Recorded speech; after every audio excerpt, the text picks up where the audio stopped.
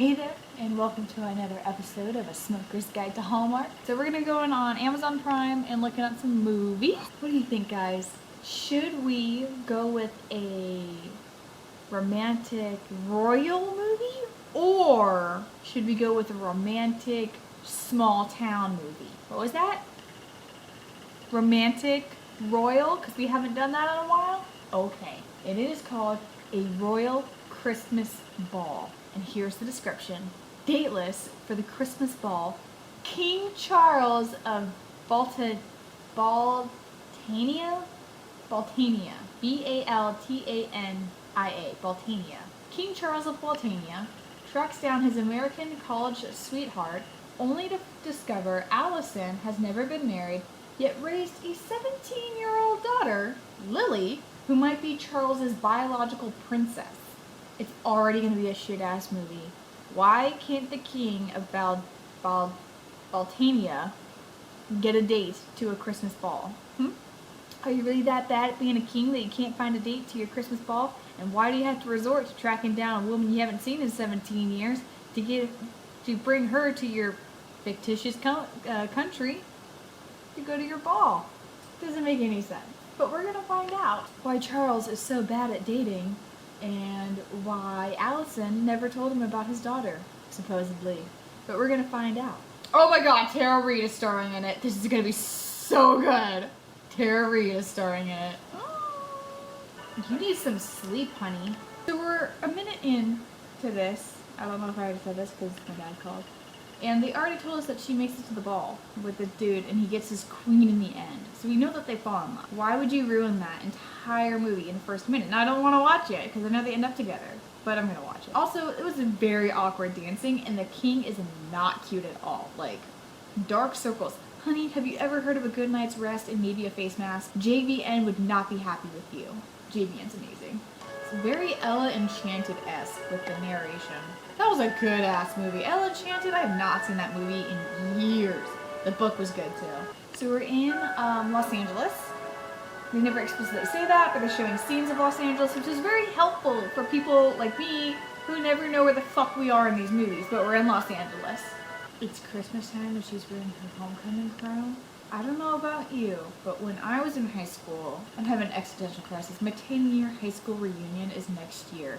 Wow, I'm old. Anyway, it's been about 10 years since my homecoming, because I only went to one, because nobody wanted to take me on a date in high school. That was like in October. So, let's say it's November. Let's say it's beginning of December in this movie, and let's say her homecoming was in November before Thanksgiving. So let's say beginning of November.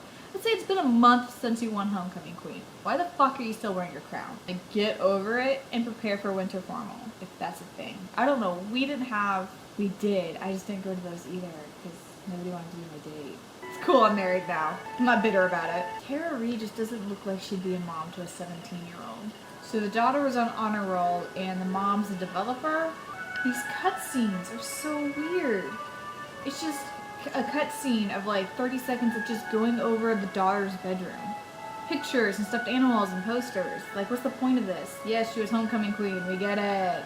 This is Vera Ella Enchanted. Like, just a very bad CGI magic book just opened, and now it's a cutscene to somebody walking down the stairs, probably in Baldovia, or where the fuck with that country, or however you pronounce it is. Baltania? Okay, so that's why the king doesn't have a date to the Christmas ball. His wife did. Like all other wives and mothers in all of these movies, they all seem to be dead. How could you hang on to something like that for 17 years? Something like that. I mean, I'm only 27, so I can't imagine ever, like, holding on to something that desperately from when I was 10 years old. But it just feels like you're wasting your life if you're holding on to something that long. How are you guys eating pizza and staying that thin? It's not fair. Okay, so he has pictures of Tara Reid's character hidden in a book in his office with a note from her. For 17 years. That looks like the Hotel Del. That really looks like the Hotel Del. So the hotel was the Hotel Del, but they filmed out exterior shots of. Hotel Del is nowhere near Los Angeles, people. I'm really sick of this little CGI book. The king just lost his... He's driving around in a Maserati. Clearly knows a Maserati, but they have to put stickers all over it to not show the Maserati.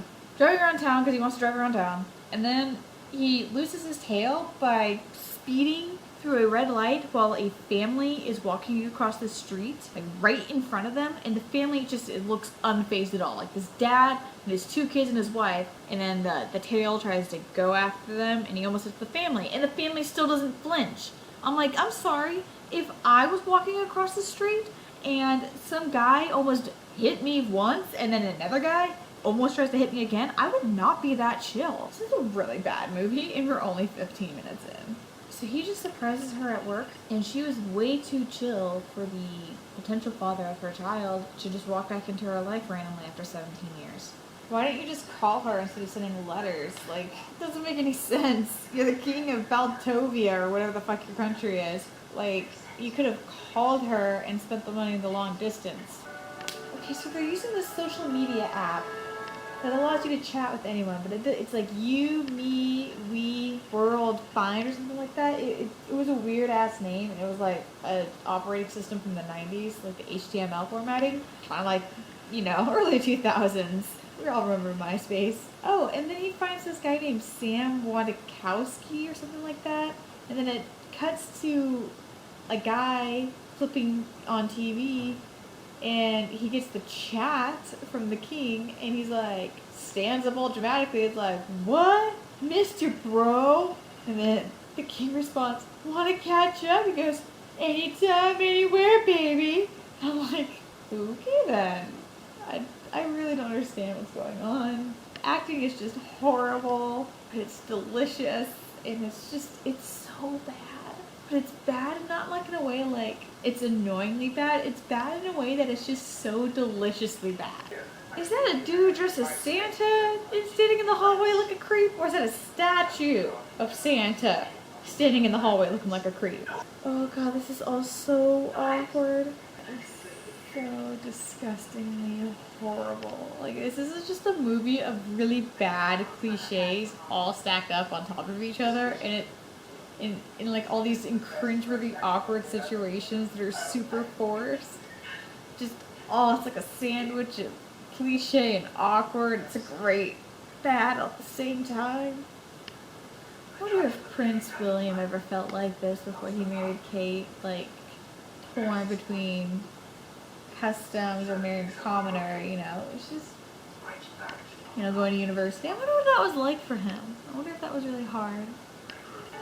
It's like they didn't have enough footage to last the movie, and they needed to like throw something in there. I don't understand this. Both her parents have blue eyes, yet the daughter has brown eyes.